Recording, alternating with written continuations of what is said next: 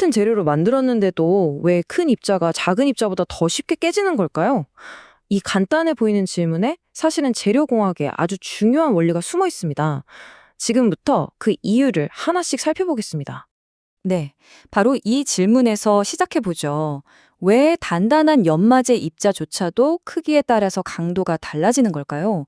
그 원인을 크게 세 가지 관점에서 한번 알아보겠습니다. 첫 번째 원인은 입자 내부에 있습니다. 바로 눈에 보이지 않는 결함 때문인데요. 아무리 완벽해 보여도 미세한 수준에서 보면 모든 입자는 이런 흠을 가지고 있습니다.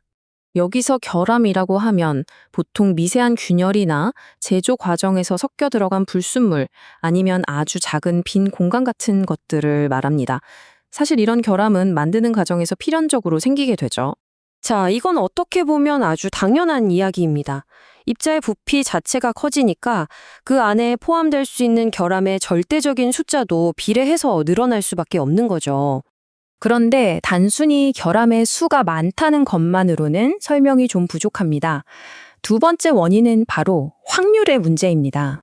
그러니까 결함의 수가 많다는 건 그중에서 파괴의 시작점이 되는 아주 치명적인 임계 결함이 존재할 확률이 더 높아진다는 뜻입니다.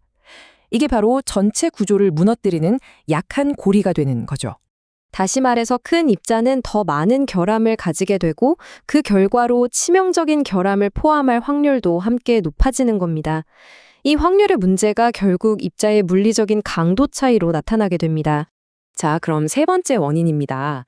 이 결함이 있을 확률이 입자의 파괴 강도에 구체적으로 어떤 영향을 미치는지 그 물리적인 특성을 한번 들여다보겠습니다. 이 그래프가 아주 명확하게 보여주네요. 여기서 파괴 강도라는 건 입자를 깨트리는 데 필요한 최소한의 힘인데요. 보시는 것처럼 입자가 클수록 이 강도가 눈에 띄게 낮아집니다. 이건 결국 실제 상황에서 큰 차이를 만들어냅니다.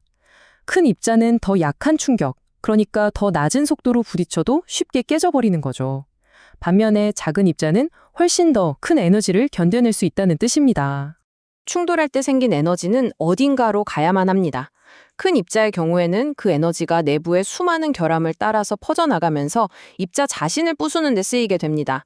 하지만 결함이 적은 작은 입자는 그 에너지를 외부, 즉 표면을 가공하는 데 온전히 집중시킬 수가 있는 거죠. 자, 지금까지 말씀드린 세 가지 원인, 그러니까 결함의 수, 임계 결함 확률, 그리고 강도의 차이를 종합해서 두 입자의 특성을 한 번에 비교해 보겠습니다. 이 표를 보시면 모든 게 요약됩니다. 결함수, 임계 결함 확률, 파괴 강도, 그리고 구조적 안정성까지 모든 면에서 큰 입자가 파괴에 더 취약하다는 것을 바로 알 수 있습니다. 바로 이 점이 중요합니다. 작은 입자는 구조적으로 더 균일하고 안정적이라는 것. 그렇기 때문에 충돌 시에도 자신의 크기와 모양을 잘 유지할 수 있습니다. 그럼 이제 이 물리적인 원리들이 실제 산업 현장에서는 어떤 의미를 갖는지 그 결론을 한번 정리해 보겠습니다. 예를 들어 블라스트 세척 같은 공정에서는 효율이 굉장히 중요하거든요. 입자가 깨지지 않고 원래 모양을 유지해야 일관된 품질과 작업 속도를 기대할 수 있겠죠. 바로 이 때문에 작은 입자의 구조적 안정성이 더 높은 효율로 이어질 수 있는 겁니다. 결론은 이렇습니다. 큰 입자는 내부 결함 때문에 더 쉽게 깨지고 작은 입자는 구조적으로 더 안정적입니다. 오늘 설명해드린 이 원리가 단지 연마제에만 해당되는 이야기는 아닐 겁니다.